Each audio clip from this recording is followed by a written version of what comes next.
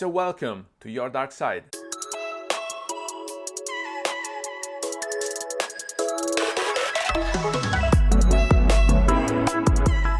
Hello everybody, welcome back to the channel. Thomas Love here from beautiful Vancouver, British Columbia, and today I would like to discuss with you this monochrome shooting. So if you missed the very first episode, you can find it here. Here we were discussing about the word being monochrome because colors only exist in our mind. We interpret these frequencies of light into colors, but the word is just a black and white. We all think that we can just go around and snap pictures, and if we set it to black and white, then it would be more intriguing, it would be more appealing. But honestly, black and white does not add anything to your pictures unless you have a real story to communicate. So the very first switch that you have to put in place is in your mind, because just transitioning from color to black and white will not add anything, but you have to go out and hunt for black and white interesting situations. And one of the masters of this technique is Mr.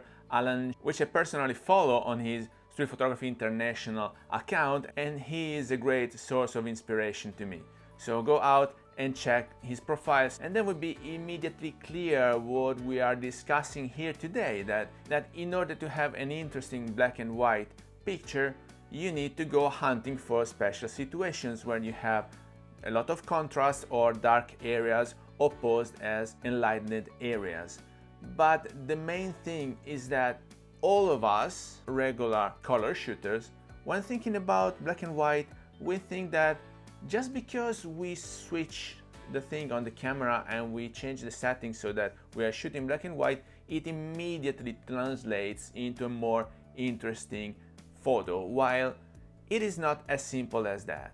You need to build up an interesting situation to be portrayed in black and white. Here are a few examples where I just switched from color to black and white, and as you can see, I'm not adding anything to the timeline, I'm not adding anything, I'm not telling a different story. So if you look at that, you will wonder, why are you shooting black and white? It doesn't tell me anything special, it doesn't add anything. While if you think about it, and you put in place a well thought situation like that, it is still street photography. So you're not in control of anything apart from the camera settings and your framing, because the composition, it is what it is. The composition is given by the elements that you meet out there on the street. But if you think in black and white, then things start being more appealing.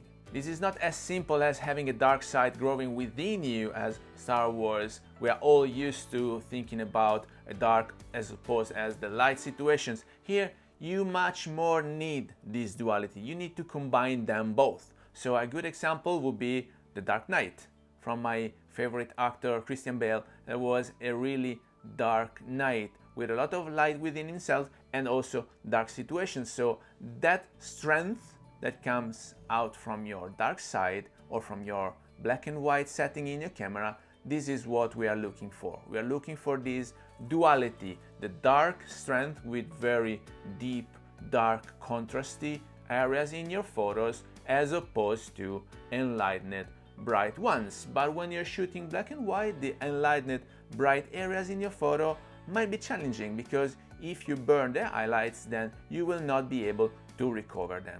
And this is valid for monochrome sensors as well as for my Leica Q2, because this is the main challenge I have with this Q2, is that if you burn the highlights, then you're not able to recover them, so you need to think beforehand. So maybe underexposing half an f-stop just to be sure. I'm now willing to show you a few examples of images. Yesterday I was having a quick walk around just to gather some examples, and so in the very first part of each picture you will see the black and white photography as it comes out from the camera, because I set the JPEG film choice to black and white, and then the second would be the exact same picture but shot with colors, because anyway the raw file in the Q2 will maintain all the information, so you will have anyway a raw file shot with colors. And then I will show you the black and white edited version, because starting from the raw file from my Q2, then we will be able to transition it and put the saturation back to 0, so it's black and white, but we still have the RGB channels to play with. And honestly, I'm a bit fond of the blue channel, because once you have very dark contrasty images, then adding a note of blue, to me it's a bit a retro feeling, which I like a lot. When you are shooting with a Q2, as I am doing, you can change the settings in the camera, of course, and it does not help to have a black and white JPEG out of camera, but it helps you in having black and white in the EVF or in the rear screen if you're using that one to snap your pictures. And so it really helps with the composition, because one thing is imagining it in black and white, and another thing is having it straight in your EVF represented, so you will be seeing what you are shooting, and this is a very good help from your camera. So if you're ready, let's go rolling.